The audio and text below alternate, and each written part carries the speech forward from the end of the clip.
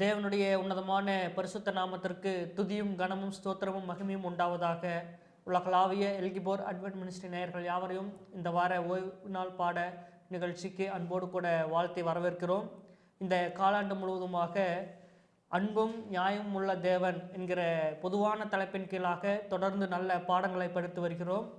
அதில் தொடர்ந்து இந்த வாரம் பாடம் 7 தீமை என்னும் பிரச்சனை என்கிற தலைப்பின் கீழாக ஒரு அருமையான பாடத்தை கற்றுக்கொள்ள இருக்கிறோம். இந்த பாடத்தை நமக்கு நல்ல முறையில் கற்றுக் கொடுக்கத்தக்கதாக போதகர் ஆபிரகாம் அவர்கள் நம்மோடு கூட இருக்கிறார்கள். அவரையும் அன்போடு வரவேற்போம். இந்த நல்ல பாடத்திலே ஆவியானவருடைய இடைப்படுதலுக்காக தலைகளை தாழ்த்தி ஜெபிப்போம். ஒருவராய் சாவாமையுள்ளவரும் சேரக்கூடாத ஒளியிலே வாசம் பண்ணுகிறவரும் மனிதரில் ஒருவரும் கண்டிராதவரும் காணக்கூடாதவருமாயிருக்கிற எங்கள் பரிசுத்த பிதாவே, ஸ்தோத்தரிக்கிறோம், துதிக்கிறோம். ராஜா தேவரீர் அப்பா, எங்களை நித்தமும் உம்முடைய பாதையில் நடத்தி உம்முடைய சத்தியத்தின் வழியாய் அப்பா இதோ அநேக வசனங்களின் மூலியமாக அப்பா அநேக காரியங்களை போதித்து வழிநடத்தி வருகிறீர். இந்த நாளிலும் கூட தீமை என்னும் பிரச்சனை அப்பா இதோ தீமையிலிருந்து வருகிற பிரச்சனைகளை குறித்தும் அதிலிருந்து நாங்கள் வழி தப்பி நடக்க என்ன காரியங்கள்லாம் செய்ய வேணும்னு உம்முடைய வசனத்திலிருந்து நாங்கள் கற்றுக்கொள்ள இருக்கிறோம். இந்த நல்ல பாடத்தின் வேலையில் ஆவியானவர் எங்களோடு இடைப்பட வேண்டும்படியாகவும் அப்பா இதோ போதகர் கற்றுக் கொடுக்கக்கூடிய வார்த்தைகள் ஒவ்வொன்றும் உம்முடைய வார்த்தைகளாக இருக்கவும் தேவரீர் கிருபை செய்யுங்க. ஆவியானவர் போதகரோடு உடனிருந்து பேசுங்க ராஜா. இந்த இடம் முழுவதும் உம்முடைய பிரசனத்தினால நிரப்புங்க. இந்த பாடங்களை படிக்கிற ஒவ்வொரு பிள்ளைகளோடும் உம்முடைய கரம் இருக்கட்டும். அவர்கள் வாசிக்கும் பொழுதும் அப்பா இதோ இந்த நிகழ்ச்சியை பார்க்கும் பொழுதும் உம்முடைய கரம் அவர்களோடு கூட இருந்து ஆசீர்வதிக்க வேண்டும்படியாக ஜெபிக்கிறோம். இந்த பாடத்தை ஆசீர்வதிங்க. இந்த பாடத்தினுடைய முடிவு வரைந்த மட்டும் உம்முடைய கரம் அடியார்களோடு இருந்து அப்பா வழிநடத்த வேண்டும்படியாக மீட்பர் இயேசு கிறிஸ்துனுடைய நல்ல நாமத்தினாலே கேட்டு ஜெபிக்கிறோம். எங்கள் ஜெபம் கேளும் கிருபை நிறைந்த நல்ல பிதாவே, ஆமென். பாஸ்டர், பாடம் தீமை என்னும் பிரச்சனை, இந்த நல்ல பாடத்திற்கான முன்னுரை மனன வசனம் சொல்லிருங்க பாஸ்டர். போதகர் பிரகாஷ் அவரோடு கூட இணைந்து உங்கள் யாவரையும் மறுபடியுமாய் இந்த ஓய்வு நாள் பாட நிகழ்ச்சிக்கு அன்போடு கூட வாழ்த்துகிறேன், வரவேற்கிறேன். தீமை என்னும் பிரச்சனை இந்த வாரத்தினுடைய தலைப்பு. சரி, இந்த பூமியில் நமக்கு ஆண்டவர் எல்லாவற்றையும் நன்மையாய் நடத்தி, ஒருவேளை ஆதியாகமம் 1ஆம் அதிகாரம் 1-2 வசனங்களை நம்ம வாசித்தோம் என்று சொன்னால், ஆதியிலே தேவன் வானத்தையும் பூமியையும் சிருஷ்டித்தார். இது ஒரு பொதுவான முன்னுரையாய் ஆரம்பிக்கிறது. அதுக்கு அடுத்த வசனம் இந்த பூமியினுடைய நிலையை சொல்கிறது. பூமியானது ஒழுங்கின்மையும் வெறுமையுமாய் இருந்தது, ஆழத்தின் மேல் இருள் இருந்தது, தேவ ஆவியானவர் ஜலத்தின் மேல் அசைவாடி கொண்டிருந்தார். இப்போ ஒழுங்கின்மையும் வெறுமையும் இருந்த இந்த உலகம், ஒழுங்கின்மையும் வெறுமைக்கு நடுவில் ஜலத்தின் மத்தியில் அசைவாடி கொண்டிருந்த தேவன் இந்த ஒழுங்கின்மையெல்லாம் ஒழுங்காக்கி வெறுமையெல்லாம் நிரப்பி இந்த பூமியை ஆண்டு கொள்ளுங்கள் என்று சொல்லி இந்த பூமிக்கு தேவையான எல்லாவற்றையும் கொடுத்திருக்கிறார். அது இயற்கையின் சமநிலையாக இருக்கலாம், அது விலங்கினங்களுடைய சமநிலையாய் இருக்கலாம், மீன்களுடைய சமநிலையாக இருக்கலாம், மனிதர்களுடைய வாழ்வாதாரமாக இருக்கலாம், தட்பவெட்ப சூழ்நிலைகளாக இருக்கலாம், காலத்தினுடைய எல்லா மாற்றங்களுமாக இருக்கலாம். ஒருவேளை நம்ம அனுபவபூர்வமாக அப்படியே சிந்தித்து பார்த்தோம் என்று சொன்னால், ஒரு முறை ஒரு இயற்கை ஆர்வலர் ஒரு காரியத்தை சொன்னார். மரம் நடுவோம் மழை பெறுவோம் என்ற இந்த வாசகம் எங்கு பார்த்தாலும் காணப்படுகிறது. உண்மையாகவே மரம் நாம நடுவதனால தான் இந்த மழை பெய்யப்படுகிறதா என்று சொல்லி கேட்டால் இல்லை, இந்த இயற்கை தானாகவே தன்னை சமநிலைப்படுத்தி கொள்கிறது. என்ன செய்யுது? ஒரு மழை பெய்தால் இருக்கக்கூடிய எல்லா விதைகளும் உயிர் பெற்று எழும்பி அவைகள் வளர ஆரம்பிக்கிறது. ஒரு இடத்த நீங்கள் அப்படியே காலியாக விட்டுட்டு போனீங்கன்னா, யூஸ் பண்ணாமல் விட்டுட்டு போனீங்கன்னா, கொஞ்ச நாட்களுக்கு அப்புறம் அதை போய் பார்த்தீங்கன்னா அங்கே நிறைய புல் பூண்டுகள் முளைத்து, நிறைய செடி வகைகள் முளைத்து, அது எங்கிருந்தோ இயற்கை மூலமாய் அது நீரை பெற்று அது தன்னை சமநிலைப்படுத்தி கொள்கிறது. விலங்கினங்கள் ஒன்றை அடித்து சாப்பிட்டு தங்களை சமநிலைப்படுத்தி கொள்கிறது. இப்போ புலிகள் இல்லை வேட்டையாடக்கூடிய விலங்கினங்கள் அதிகமாய் மான்களை இல்லை காட்டில் இருக்கக்கூடிய ஆடுகளை அடித்து தின்கிறது என்று சொல்லி ஒரு புறம் பார்த்தீங்கன்னா, இது அப்படியே ஒன்றும் இல்லாமல் போயிடுச்சா அப்படின்னு கேட்டால் இல்லை, ஒரு சமநிலை இருந்து கொண்டே இருக்கிறது. ஆனால் மனிதனுடைய வாழ்க்கையில் அவர் சாயலால் சிருஷ்டிக்கப்பட்ட இந்த மனுக்குலத்துக்கு நம்ம வரும்போது நிறைய சமமில்லாத சூழ்நிலை, நிறைய நோய்கள். ஒருவேளை விலங்கினங்களை திருப்பி பார்த்து அப்படியே மனித இனத்தை திருப்பி பார்த்தோம் என்று சொன்னால், அவைகள் வாழக்கூடிய நாட்களில் அவ்வளோ நோய் அவைகள் சந்திக்குதான்னு தெரியல. இன்றைக்கு ஒவ்வொரு நாளும் புது புது நோய்களாய், நோய்களுடைய தாக்கங்களாய், புது புது விதமான ஆபத்துகளாய், புது புது விதமான பிரச்சனைகளாய் வந்து கொண்டே இருக்கிறது. இதையெல்லாம் கூட்டி சேர்த்து ஒரு வார்த்தையில் சொல்ல வேண்டும் என்று சொன்னால், அது மனுக்குலத்திற்கு ஏற்படக்கூடிய தீமை. இந்த வார பாடத்தினுடைய தலைப்பு தீமை என்னும் பிரச்சனை. அதுலேயும் குறிப்பாக சொல்ல வேண்டும் என்று சொன்னால், எப்படியோ வாழக்கூடிய நாத்திகர்களாக இருக்கலாம், இல்லை விக்கிரகங்களை வணங்கக்கூடிய நம்முடைய சகோதரர்களாக இருக்கலாம், இல்லை வேறு மதங்களை பின்பற்றக்கூடிய, நம்பிக்கைகளை பின்பற்றக்கூடிய ஏதேதோ நபர்களாக இருக்கலாம். ஆனால் கிறிஸ்தவ மார்க்கத்திற்கு, இந்த மெய்யான தேவனை வணங்கக்கூடிய, மெய்யான சிருஷ்டிகரை வணங்கக்கூடிய இந்த சிருஷ்டிகளுக்கு ஏற்படக்கூடிய பிரதான பிரச்சனை என்னன்னு கேட்டிங்கன்னா தீமை. இந்த தீமையை நாம் எப்படி மேற்கொள்வது? ஏன் இந்த தீமை அனுமதிக்கப்பட்டது? இந்த தீமையிலிருந்து நாம் மீண்டு வருவதற்கு நாம் என்ன செய்ய வேண்டும்? ஆண்டவருடைய அநாதி சித்தம் என்ன என்பதை இந்த வார பாடத்தில் நம்ம படிக்க போகிறோம். இந்த வார பாடத்தினுடைய மனன வசனம் வெளிப்படுத்தல் 21வது அதிகாரம் 4வது வசனம். அவர்களுடைய கண்ணீர் யாவையும் தேவன் துடைப்பார். இனி மரணமும் இல்லை, துக்கமும் இல்லை, அலறுதலும் இல்லை, வருத்தமும் இல்லை, முந்தினவைகள் ஒளிந்து போயின. ரொம்ப ஒரு வாக்குத்தத்தமான வார்த்தை என்று சொல்லலாம். இந்த கண்ணீர் யாவையும் கர்த்தர் துடைப்பாரா? அங்கே என்ன இல்லை, கண்ணீர் யாவையும் தேவன் துடைப்பார். இனி மரணமும் இல்லை, துக்கமும் இல்லை, அலறுதலும் இல்லை, வருத்தமும் இல்லை, முந்தினவைகள் ஒளிந்து போயின என்று சொல்லுகிறார். ஒருவேளை இதை கரெக்டாக ஆங்கில வார்த்தையில் சொல்லணும்னா பேரடைஸ் ரெஸ்டோர், பரலோகம் திரும்ப ஸ்தாபிக்கப்படக்கூடிய ஒரு நிலை. தொடர்ந்து இதை குறித்து இன்னும் அதிகமாக நம்ம படிக்க போகிறோம். மிகவும் அழகான முன்னுரை கொடுத்துட்டீங்க பாஸ்டர். தொடர்ந்து பாடத்தின் கேள்விகளுக்குள்ளாக போவோம். கர்த்தாவே எதுவரைக்கும் உமது முகத்தை மறைத்திருப்பீர் அப்படின்னு சொல்லி சங்கீதக்காரன் சொல்லுகிறத நம்ம வேதாகமத்தில் வாசிக்கிறோம். நம்ம அநேகருடைய கேள்விகளும் இதுவாக தான் இருக்குது. அப்போ இந்த தீமை எது வரைக்கும் இருக்குது பாஸ்டர்? சரி, எது வரைக்கும்? வேதாகமத்தில் ஒரு சில வார்த்தைகள் தொடர்ந்து வந்து கொண்டே இருக்கும். அந்த வார்த்தைகள் ஒரு தாக்கத்தை ஏற்படுத்தும். இப்போ சங்கீதம் 128 நம்ம திருப்பினோம் என்று சொன்னால், கர்த்தருக்கு பயந்த ஒரு வழிகள் நடக்கிறவனோ அவன் பாக்கியவான். அப்படியே பின்னால் நீங்கள் தொடர்ந்து வாசித்தீங்கன்னா, கர்த்தருக்கு பயப்படுகிற மனுஷன் இவ்விதமாய் ஆசீர்வதிக்கப்படுவான். அங்கே இதோ சேர்க்கும்போது அதனுடைய தாக்கம் இன்னும் அதிகமாகிறது. இதோ வாசற்படியிலிருந்து தட்டுகிறேன், இதோ சீக்கிரமாய் வருகிறேன். இந்த இதோ சேர்க்கும்போது இன்னும் ஒருபடி அதிகமாக மாறுது. இப்போ நிறைய அது மாதிரி சில வார்த்தைகளை பார்க்க முடியும். நான் எம்மாத்திரம் என்ற வார்த்தையை பார்க்க முடியும். அதுபோல் எது வரைக்கும் ஆண்டவரே, கர்த்தாவே எது வரைக்கும் உம்முடைய முகத்தை எனக்கு மறைத்திருப்பீர்? ஒருவேளை தற்போது இருக்கக்கூடிய இந்த சூழ்நிலை, இந்த தீமையின் பிரச்சனைகள், இந்த சூழ்நிலைகளை சந்திக்கும் போது அநேகருக்கு எழும்பக்கூடிய ஒரு கேள்வி என்னன்னு கேட்டிங்கன்னா, எது வரைக்கும் ஆண்டவரே, எனக்கு இந்த பூமியில் கஷ்டம் எது வரைக்கும், எனக்கு இந்த துன்பம் எது வரைக்கும், எனக்கு இந்த வேதனைகள் எது வரைக்கும்? எல்லாருக்கும் எழும்பக்கூடிய கேள்வி இதுதான், எது வரைக்கும் என்று சொல்லி. இதிலிருந்து ஒரு அனுபவத்தை நம்ம புரிந்து கொள்ள முடிகிறது. யோபு 30வது அதிகாரம் 26வது வசனத்தை நம்ம வாசிப்போம். நன்மைக்கு காத்திருந்த எனக்கு தீமை வந்தது, வெளிச்சத்தை வர பார்த்து கொண்டிருந்த எனக்கு இருள் வந்தது. இப்போ ஒரு அழகான ஒரு உதாரணம் சொல்லப்படுகிறது. ஒருவேளை யோபு என்று சொன்னால் அவருடைய அந்த சான்றிதழிலிருந்து இங்கே வர வேண்டும். அவருக்கு ஒரு நற்சான்றிதழை ஆண்டவர் கொடுக்கிறார்.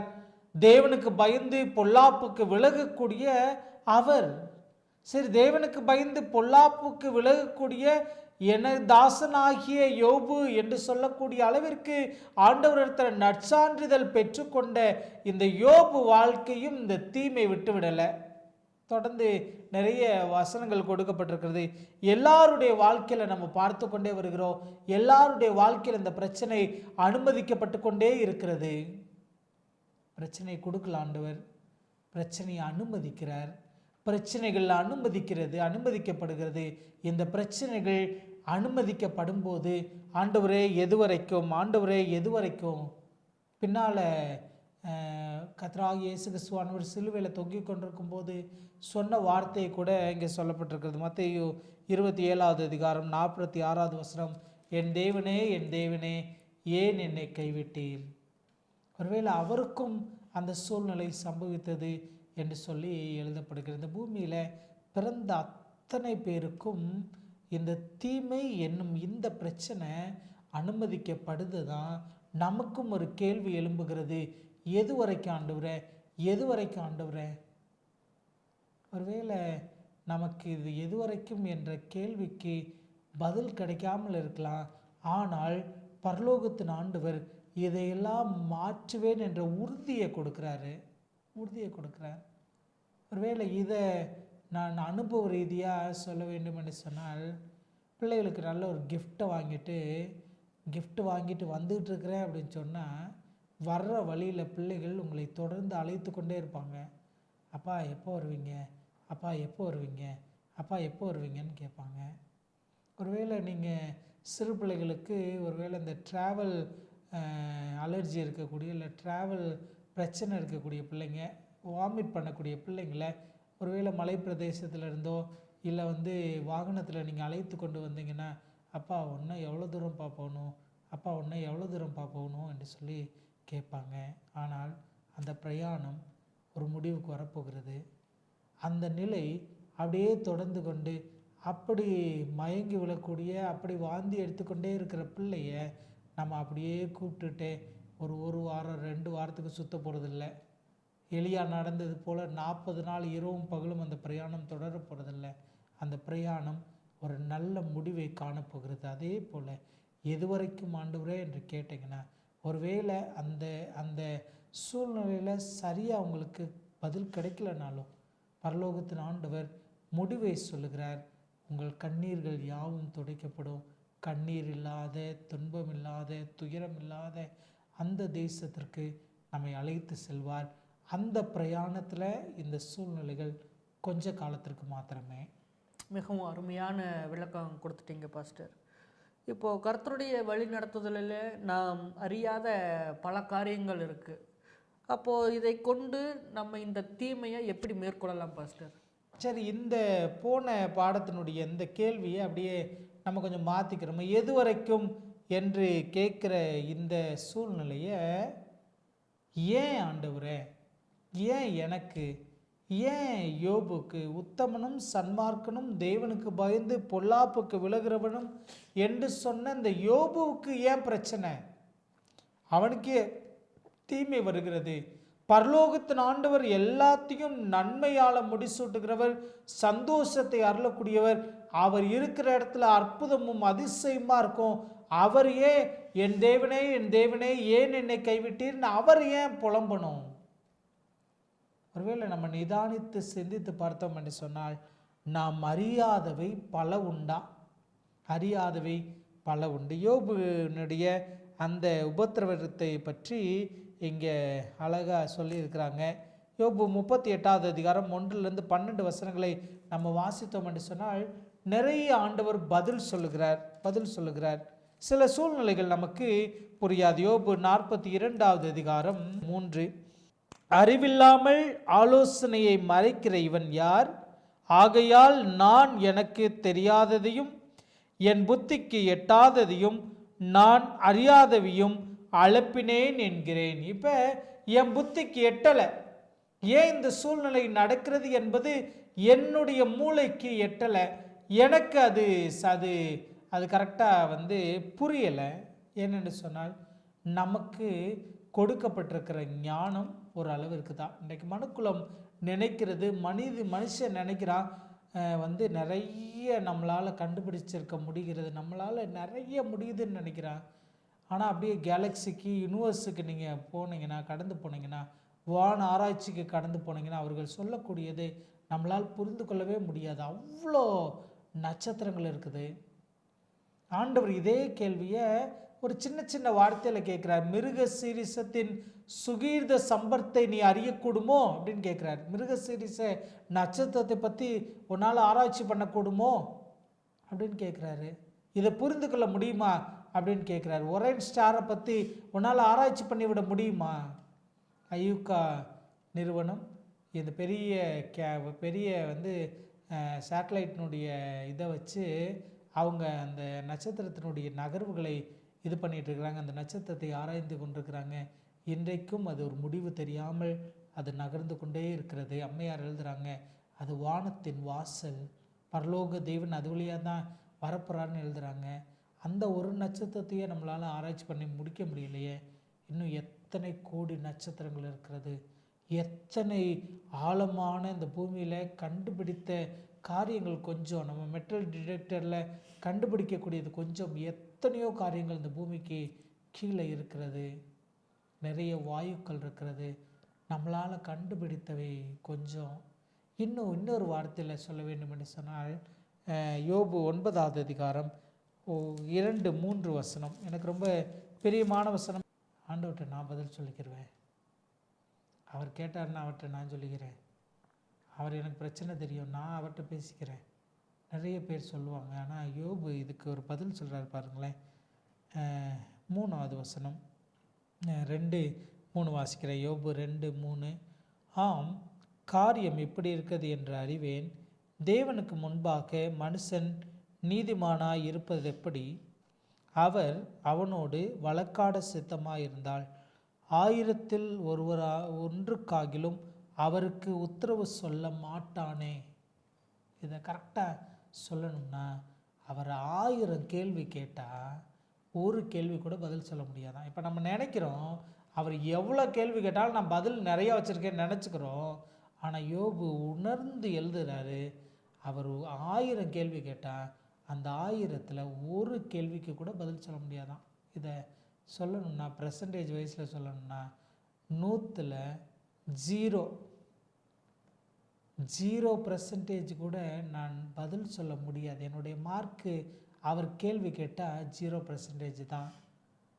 ஏன்னா ஒருவேளை இதை நம்ம புரிந்து கொள்வதற்கு, இந்த தீமைகள் ஏன் அனுமதிக்கப்பட்டது, இந்த பூமியில் ஏன் இந்த பிரச்சனைலாம் வந்தது, என் வாழ்க்கையில் ஏன் பிரச்சனை வந்ததுன்னு ஒருவேளை பரலோக ராஜ்யத்துக்கு போய் நம்முடைய புஸ்தகங்களை நம்ம திரும்பி பார்க்கும்போது நம்ம கடைசியாக என்ன சொல்லுவோம்னா, ஆமாண்டவரே நீ செய்தவைகள் நியாயமானவைகள், உம்முடைய நியாய தீர்ப்பு சரியானது, நீர் நீதியுள்ள நியாயாதிபதின்னு கண்டிப்பாக நம்மளால் மறு உத்தரவே சொல்லாமல் சரிதான் என்று சொல்லுகிற அளவிற்கு பரலோகம் சரியாய் நம்மை நியாயந்திருக்கிறது. ஏன்னா நமக்கு தெரியாமல் நிறைய நன்மையான காரியத்தை கூட இந்த தீமை வழியாய், இந்த பிரச்சனைகள் வழியாய் ஆண்டவர் அனுமதித்திருக்கிறார் என்பது என்னுடைய புரிந்து கொள்ளுதல். மிகவும் ஒரு அருமையான விளக்கம் கொடுத்துட்டீங்க பாஸ்டர்.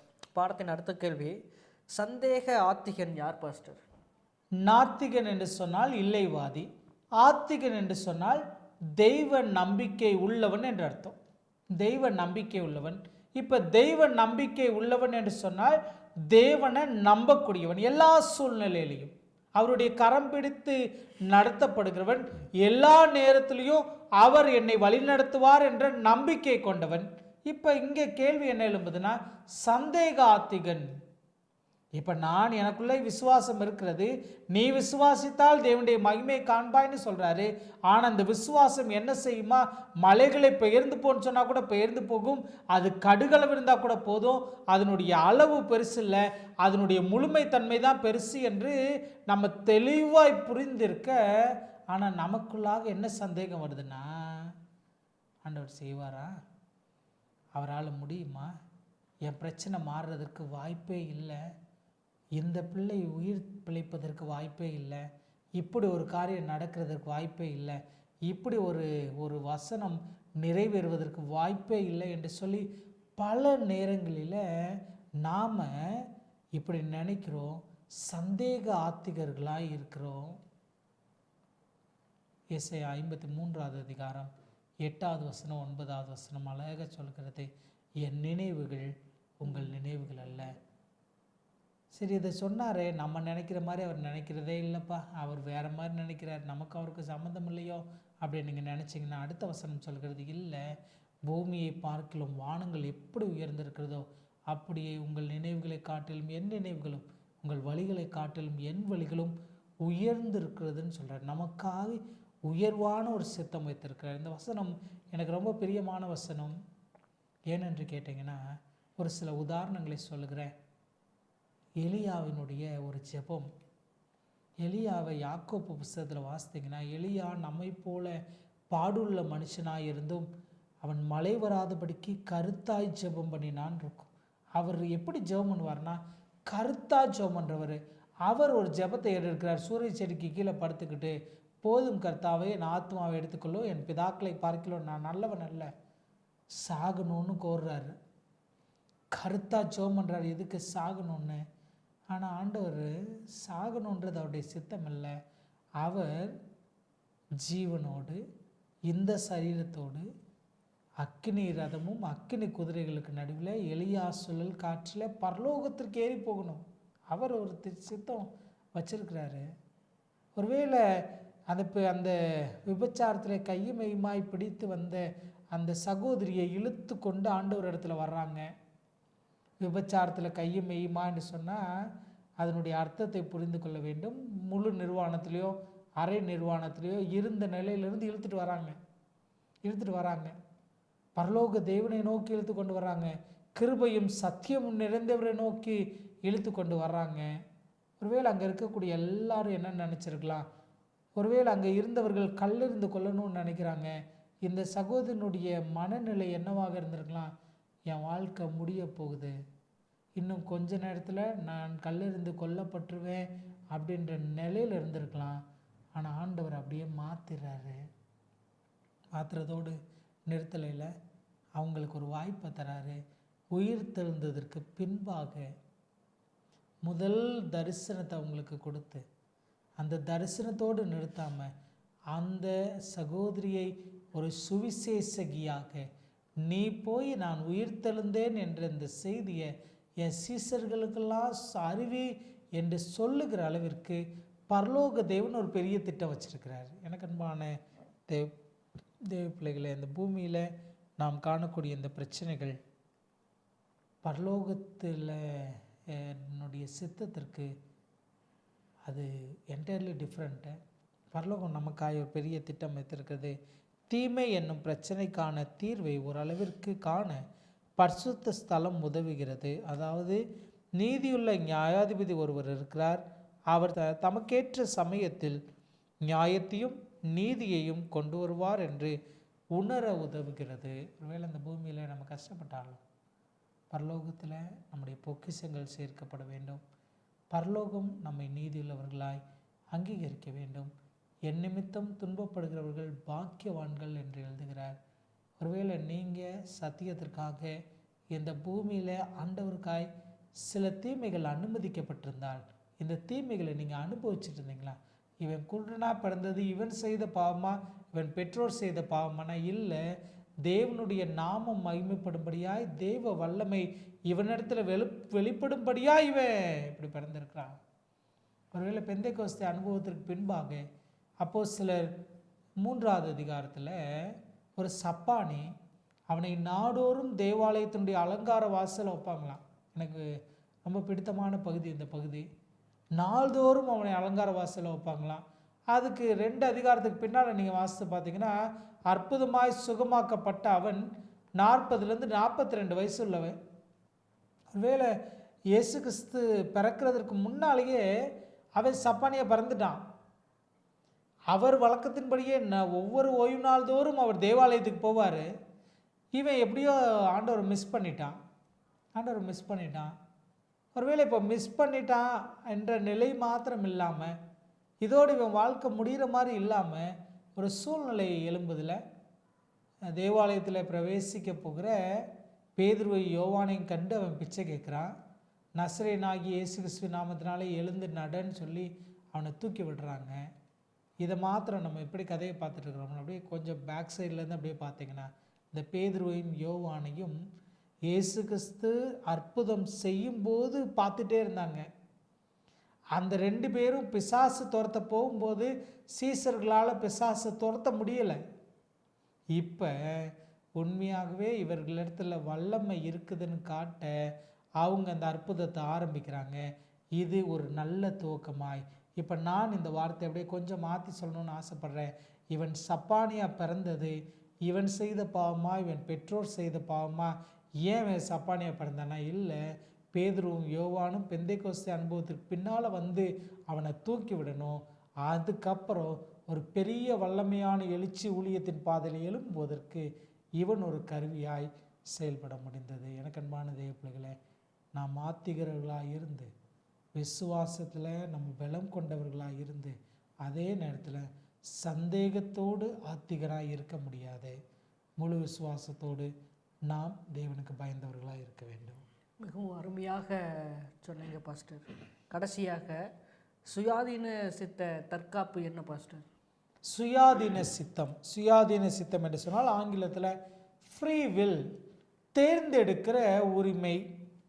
இப்போ தீமை வர காரணமாக இருந்தது கூட இதுவாக சொல்லலாம். ஏன்னா ஆண்டவர் அந்த ஏதேன் தோட்டத்தில் நன்மை தீமை அறியத்தக்க அந்த விருட்சத்தின் கனிக்கு, ஒருவேளை இந்த ஜீவ விருட்சத்தின் கனிக்கு ஒரு காவல் வைத்தது போல இதை அவங்க சாப்பிடக்கூடாதுன்னு ஒரு காவல் வைத்திருந்திருக்கலாம். இல்லை, அன்பினுடைய முழு வெளிப்பாடாய் அவர்களுக்கு முழு உரிமையும் கொடுக்கிறார். நீங்கள் இந்த தோட்டத்தில் இருக்கிற எல்லா கனியும் புசிக்கலாம், ஆனால் நன்மை தீமை அறியத்தக்க இந்த விருட்சத்தின் கனியை புசிக்கக்கூடாது. இப்போ இதில் தான் 10வது பிரமாணத்தை நான் வைக்கணும்னு ஆசைப்படுறேன். இந்த 10வது பிரமாணம் என்னன்னு கேட்டிங்கன்னா, இச்சிக்கக்கூடாது. சரி, இச்சித்தல் என்ற வார்த்தையை சரியாக சொல்லணும்னா நிறைய ஆப்ஷன் இருக்கும்போது இதுதான் வேணும்னு நம்ம தேர்ந்தெடுப்பது. இந்த தேர்ந்தெடுக்கிற உரிமையில் பிறனுடையதுன்னு வராருல. உதாரணத்துக்கு நான் சொல்லுகிறேன், யாரும் தவறாக எடுத்துக்கொள்ள வேண்டாம். என்னுடைய நண்பன் வைத்திருக்கிற ஒரு வாகனத்தை போல நானும் ஒரு வாகனம் வாங்க வேண்டும் என்பது ஆசை. என் நண்பனுடைய வாகனமே எனக்கு கிடைக்கணும் என்பது இச்சை. என் நண்பனுடைய மனைவியைப் போல நல்ல குணாதிசயம் படைத்த அழகான ஒரு மனைவி எனக்கு கிடைக்க வேண்டும் என்று ஆசைப்படுவது ஆசை. என்னுடைய நண்பனுடைய மனைவியே எனக்கு வேணும்னு நினைப்பது இச்சை. நன்மை தீமை அறியத்தக்க அந்த விருட்சத்தின் கனியை போல இதை சாப்பிடக்கூடாதுன்ட்டு வேற கனியை சாப்பிட்ருந்தா அது ஆசை. அதே கனியை பறித்து சாப்பிட்டது இச்சை. இப்போ ஃப்ரீ வில் என்ன செய்யுதுன்னா இச்சைக்கு வழி நடத்துகிறது. அது தீமையினுடைய பிரச்சனையாய் இருந்து கொண்டிருக்கிறது. அப்போ இந்த சுயாதீன சித்தத்தை நம்மளுடைய சரியான காரியத்திற்கு அதை சரி செய்து கொள்வது ரொம்ப முக்கியமான ஒன்று. வாசிக்கிறேன். சுயாதீன சித்தத்தால் தீமையை செய்கிற வாய்ப்பு இருந்தாலும் அது மட்டுமே அன்பு, தயவு, மகிழ்ச்சி போன்றவற்றை சாத்தியமாக்குகிறது என்று சொல்லி C.S. லூவிஸ் எழுதுகிறாரு. இப்போ சுயாதீன சித்தம், நான் தேர்ந்தெடுக்கிற உரிமை என்று வரும்போது நான் தவறி விழுகிற சூழ்நிலையை தேர்ந்தெடுக்கக்கூடாது. நான் கர்த்தருடைய பாதையில் நடக்கிற சூழ்நிலையை தேர்ந்தெடுக்க வேண்டும். சங்கீதக்காரனாகிய தாவீது 1வது சங்கீதத்தில் அழகாக அந்த கான்ட்ராஸ்ட் எழுதுகிறாரு. துன்மார்க்கருடைய ஆலோசனைகள் நடவாமலும், பாவிகளுடைய வழியில் நில்லாமலும், பரிகாசக்காரர் உட்காரும் இடத்தில் உட்காராமலும், கர்த்தருடைய வேதத்தில் பிரியமாயிருந்து இரவும் பகலும் அவருடைய வேதத்தில் தியானமாய் இருக்கிற மனுஷன் பாக்கியவான். அவன் நீர்க்கால்களின் ஓரமாய் நடப்பட்டு. இப்போ இந்த அவன் தான் ஒரு முக்கியமான நிலை வருது. எவன் அப்படின்னு சொல்லி பார்த்தீங்கன்னா, இரவும் பகலும் அவருடைய வேதத்தில் தியானமாக இருக்கிற மனுஷன். வேதம் நம்முடைய கரங்களில் கிடைக்கப்பட்டிருக்குதே. இப்போ நம்மை சுற்றி நிறைய பொழுதுபோக்கு காரியங்கள் இருக்கிறது. நமக்கு ஆண்டவர் நேரத்தை ஒரு ப்ரீசியஸ் கமாடிட்டியாக கொடுத்துருக்கிறாரு. ஆண்டவரோடு கூட நான் அதிக நேரம் செலவழிக்கிறேன்னா, இல்லை உலக பிரகாரமான காரியத்தோடு செலவழிக்கிறேன்னா, இல்லை ஒருவேளை இதை நான் சரியான நிலையில் வைக்கணும்னு ஆசைப்பட்றேன். நான் இந்த தற்காப்பு சுயாதீன சித்தத்தை காப்பாற்றி இந்த சுயாதீன சித்தத்திற்கு ஒரு கட்டுப்பாடு இருக்கிறதாய், நான் இந்த கட்டுப்பாட்டுக்குள்ளே தான் இருப்பேன், நான் இதை செய்ய மாட்டேன் என்று ஒரு சுய கட்டுப்பாடோடு நீங்களும் நானும் இருந்தோம் என்று சொன்னால், இந்த தீமை என்ற பிரச்சனையை கண்டிப்பாய் நம்ம மேற்கொண்டு அதை அன்பு மூலமாய் நம்ம வெளிப்படுத்தி, நான் மாத்திரமல்ல நம்மை சேர்ந்த அத்தனை பேரையும் பரலோக ராஜ்யம் வழி நடத்த ஆண்டவர் கிருபை செய்வார். நம்ம தீமையை வெறுத்து பரலோக ராஜ்யம் மாத்திரமே என்னுடைய கோலாக நான் செட் பண்ணி, அது மாத்திரமே என்னுடைய வாழ்க்கையினுடைய எல்லாம் என்று மனதிலே கொண்டவர்களாய் தீமையை வெறுத்து சுயாதீன சித்தத்தை தற்காத்து அன்பை அநேகருக்கு காட்டி பரலோக ராஜ்யத்துக்கு நம்மை ஆயத்தப்படுத்துவோம். தேவன் நிச்சயமாய் நம்மை ஆசீர்வதிப்பார். ஒரு ஜெபத்தோடு கூட நம்ம நிறைவு செய்யலாம். எங்கள் கண்மலையும் மீட்பெருமாகிய நல்ல கர்த்தாவே, தீமை என்னும் இந்த பிரச்சனையை மேற்கொள்ள பரலோகத்தின் ஆண்டவர் இந்த நாளில் எங்களுக்கு கொடுத்த ஆலோசனைகளுக்காய் நன்றி. எனக்கு மாத்திரம் வருது, நான் இப்படி இருக்கணும் அப்படி இருக்கிறனோ என்று யோசித்தால் வேதத்தில் நாங்கள் காணக்கூடிய நிறைய நபர்களுக்கு வந்திருக்கிறது தான் ஆண்டவரே. ஆனால் இது ஒரு முடிவு அல்ல. இது பரலோக ராஜ்யத்திற்கு என்னை ஆயத்தப்படுத்த, இது என்னை புடமிடுகிறதாய் நாங்கள் உணர்ந்து பார்த்து, நாங்களும் எங்களுக்கு கொடுக்கப்பட்ட குடும்பத்தோடு கூட பரலோக ராஜ்யம் வந்து சேர கர்த்தர் எங்களுக்கு உதவி செய்யும்படியாய் நாங்கள் ஜெபிக்கிறோம். அந்த நிகழ்ச்சியை கண்டு கொண்டிருக்கிற ஒவ்வொருவரையும் கர்த்தர் ஆசீர்வாதத்தை தாங்க. இயேசுவின் வழியாக ஜெபிக்கிறோம் நல்ல பிதாவே, ஆமென். கிறிஸ்தேசுவின் நாமத்தினாலே மீண்டுமாக உங்களை வாழ்த்துகிறேன். இது வல்லமையுள்ள தேவனுடைய ஊழிய பணியில் எல்கிபோர் அட்வென்ட் மினிஸ்ட்ரி. இந்த நாளினுடைய பாடம் உங்களுக்கு மிகவும் ஆசீர்வாதமாகவும் உபயோகமாகவும் இருக்கும் என்று நாங்கள் விசுவாசிக்கிறோம். இது போன்ற நல்ல சத்தியங்கள் அடங்கிய நிகழ்ச்சிகள் மற்றும் ஆவிக்குரிய பாடங்களுக்காக தொடர்ந்து எங்களோடு கூட இணைந்திருங்கள். இந்த நிகழ்ச்சிகள் யாவும் உங்களுக்கு பிடித்திருக்குமானால் லைக் செய்யுங்கள். இந்த நிகழ்ச்சிகள் உங்களுடைய உறவினர்கள் நண்பர்களுக்கு உபயோகமாகும் என்று நினைத்தீர்களானால் அவர்களிடத்தில் பகிருங்கள். ஏதாவது கேள்விகள் சந்தேகங்கள் இருக்குமானால் கமெண்ட் செக்ஷனிலே பதிவிடுங்கள். தேவன் தாமே உங்கள் யாவரையும் ஆசீர்வதித்து பலப்படுத்துவாராக. ஆமென்.